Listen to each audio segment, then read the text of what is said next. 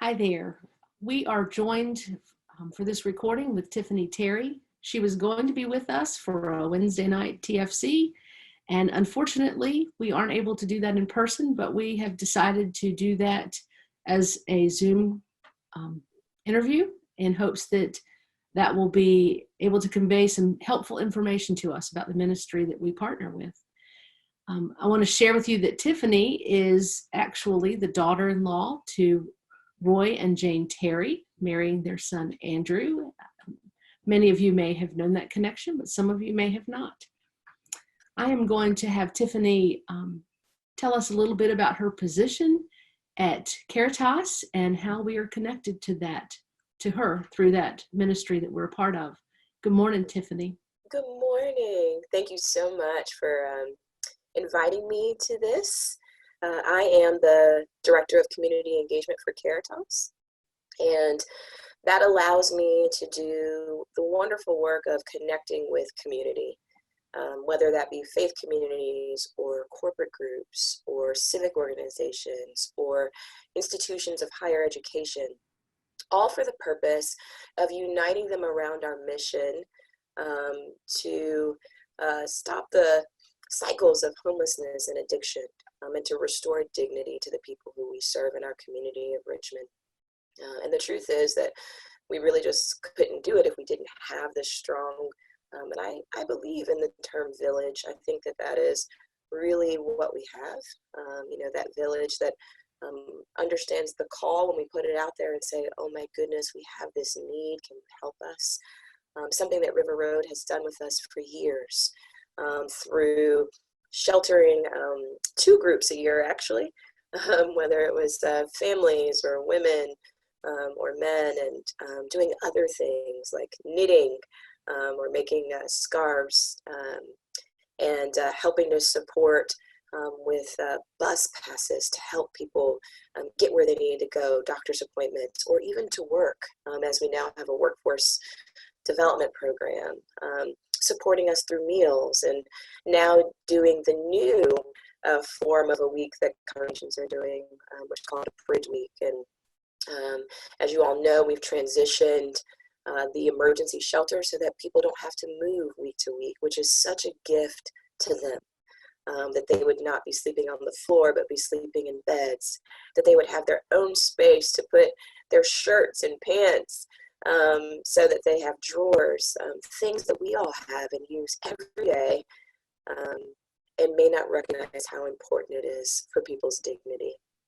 And now our faith communities are coming to us, and they are bringing lunches, and they are doing a meal for 200 people, and River Road has done that, and they do activities for them. And I always joke, but it actually is really true, that our residents love bingo, and people can come and put on a bingo night, or do a Bible study, or do art.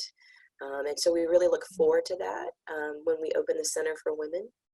The women are the only ones who are still moving from faith community to faith community, and that's because, as some of you may remember or know or have read, this year, you might hear that siren, I'm sorry. This year we'll be opening the CARITAS Center, and we're so excited about that. Why don't you tell me, one of the things I wanted to do was hear an update on the building project. So the CARITAS Center has been a vision, actually, that we've had for a really long time. Not the center so much, let me take that back, but having the healing place, which is another one of our programs. So let me run through that very quickly for people who may not know. So we started as an emergency shelter system, providing shelter for men, women, and families 365 days a year by partnering with 165 faith communities. And you all would welcome them into your faith community space and love on them and provide them with what they needed right then, preventing them from dying on the streets or causing harm to themselves in any way. And then, as I just spoke about, we've shifted that. So people are now staying in a permanent site, except for the women. And then secondly, we have that furniture bank, which you all support as well, helping to supply us with everyday household essential items for people who are moving out of crises. And we partner with 100 agencies to do that. So that could be American Red Cross. It could be refugees who are resettling here. It could be kids or children who are in inadequate situations and they may not have beds. And so caseworkers identify that. It's people who are dealing with domestic violence. And you all donate gently used mattresses and couches and sheets and towels and pots and pans and all of the things that they need to start over. And then we have the Healing Place, which is a long-term peer-driven residential recovery facility for men. And the difference in that program is that it's long-term, meaning it's not 30 or 60 days. It is a year for most of our clients, or even longer. And we know that that works. For somebody to really work through substance use disorder, it takes more than 30 days. And it also takes having a community wrapped around you that holds you accountable. And so when people finish our program, a year later, 70% of them are still clean and sober, which is remarkable in the world of recovery. It's a rigorous program, but we know that it works for people who use it and who stick and stay, as they say.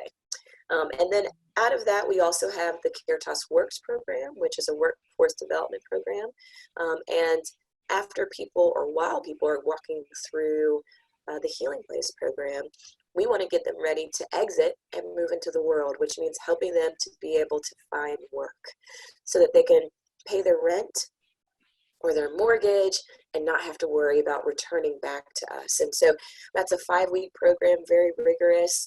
And once they finish that, within 30 days, 90% of them find employment, which is remarkable. And more than 80% of them have passed misdemeanors or felonies. So we also know that that program is working. So that's who we are now. And then we always wanted to have a healing place for women, because in the state of Virginia, women at the height of the opioid crises were waiting 90 days if they needed help with recovery. And so they were being sent out of state, or they were dying.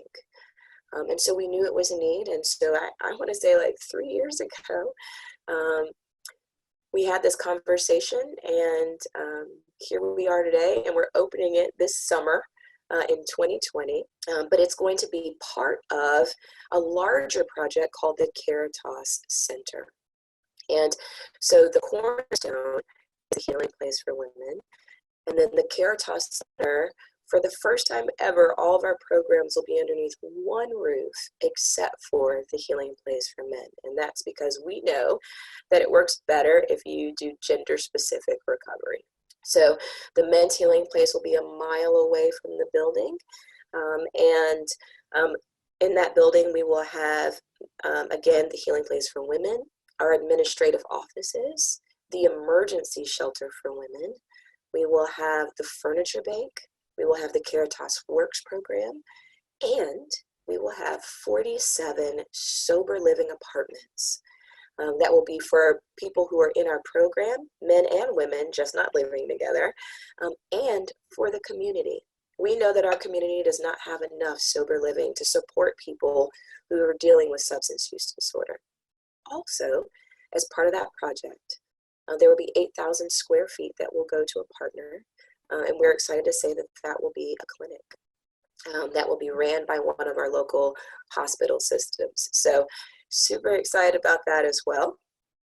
Thank you again for this opportunity. And River Road, I would like to really just say thank you so much for your partnership. I know that transition and change is not easy, and you all have plugged along and felt like it is still important to care for these folks who would otherwise be on the streets, but now are going to have a place to sleep and to hopefully be able to move to stability much more quickly. And we honestly could not do that without your support.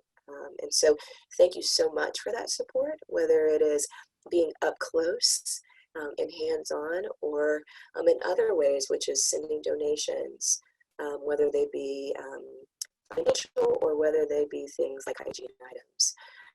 All of those things is what helps us to be able to support people and care for them. So thank you so much for your partnership over all these years.